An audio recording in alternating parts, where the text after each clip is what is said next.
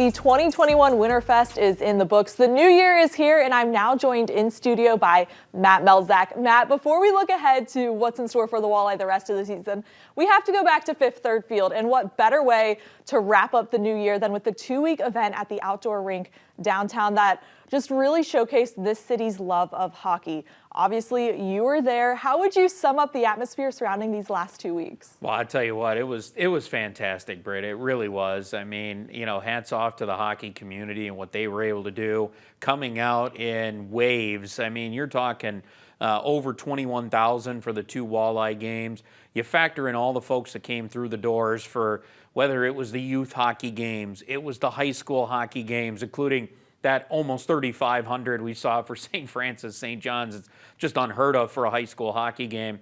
And then you turn around and you see what, you know, the Adrian games had for the final day of Winterfest. Just, I mean, so many great nights and days out there at downtown Toledo and Fifth Third Field. Another smashing success. It was 7 years ago. And it is again. They built upon that, and you know, hats off certainly to the Walleye staff and what they were able to do. A+ work, and again, A+ to the community as well. It showcased why this has always been a good hockey town, and it stayed that way. Given everything that happened with not having a season last year, how important was it to hold this event downtown? You know what? I asked a few people that very same question, Britt. Just curiosity out of fans, curiosity out of guys like Neil Newcomb, the general manager for the Walleye. And they said, you know, in some aspects, you want to showcase hockey again. Yes, you want to do that. We're going to do that anyway. It was going to happen in 2020. Didn't happen, so we moved it ahead a year. But you look at from the fan perspective, it was just awesome because it means we're getting closer. But it was great to see, you know, so many people coming out and being a part of a great event. You mentioned the Walleye with the 2 outdoor games. First, the overtime thriller with the Walleye falling in the shootout against Kalamazoo. However, they did pick up their first outdoor win in dominating fashion over Indy, a team that the Walleye have had a lot of success against, with 7-2 being the final score. What fueled the Walleye on Friday night? Well, I'll tell you what, they found that offensive touch. They hadn't scored more than 4 goals in a game since late November. The last time they did so was in a game against the Indy Fuel, as a matter of fact. The last time they had scored 7 in a game was against Indy, and that was on November 14th. There's always, seems like there's a team every year where you kind of almost maybe have their number a little bit, Britt. And in the first 4 games of the series against Indy this year, it seems like that's the case for Toledo. It was important to get a win. No matter how you got it, it just happened to be in impressive fashion with a grand slam, 3-run homer, or however you want to look at it, using all the baseball terms that I happen to bring out there on Friday night. It was a lot of fun. Hey, the baseball terms are fitting, right? You were at the ballpark, matter of fact, with the rink outdoors, but a lot of Toledo's success has come in that middle frame.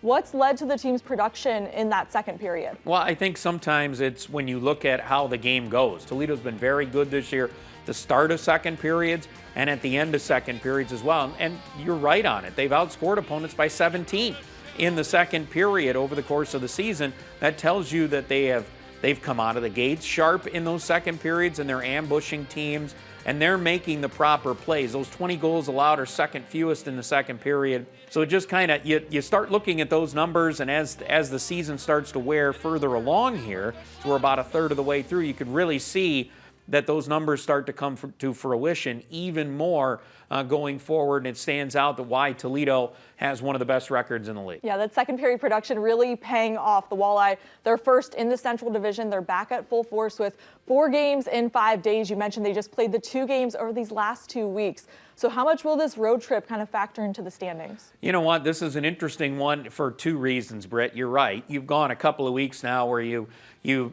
haven't played a lot. Now you turn around and guess what? You're going to play 4 games in 5 days, starting Wednesday night in Fort Wayne. And not only that, the other reason this is an interesting week ahead is 3 of those games are against a team that's behind you in the standings in second place, the Fort Wayne Comets, the reigning Kelly Cup champions. So it's an interesting, a lot of Central Division here in the first couple of weeks, in the month of January, and a lot of the Kalamazoo Wings of the Fort Wayne Comets. Matter of fact, the first 6 games of the month are against those 2 teams. So get ready. We're going to see a lot of the Fort Wayne Comets. We're going to see the Kalamazoo Wings a lot as well. Yeah, you can see that game on Sunday right here on BCSN. As you said, a lot of exciting things happening within this organization. Matt, thanks so much for taking the time.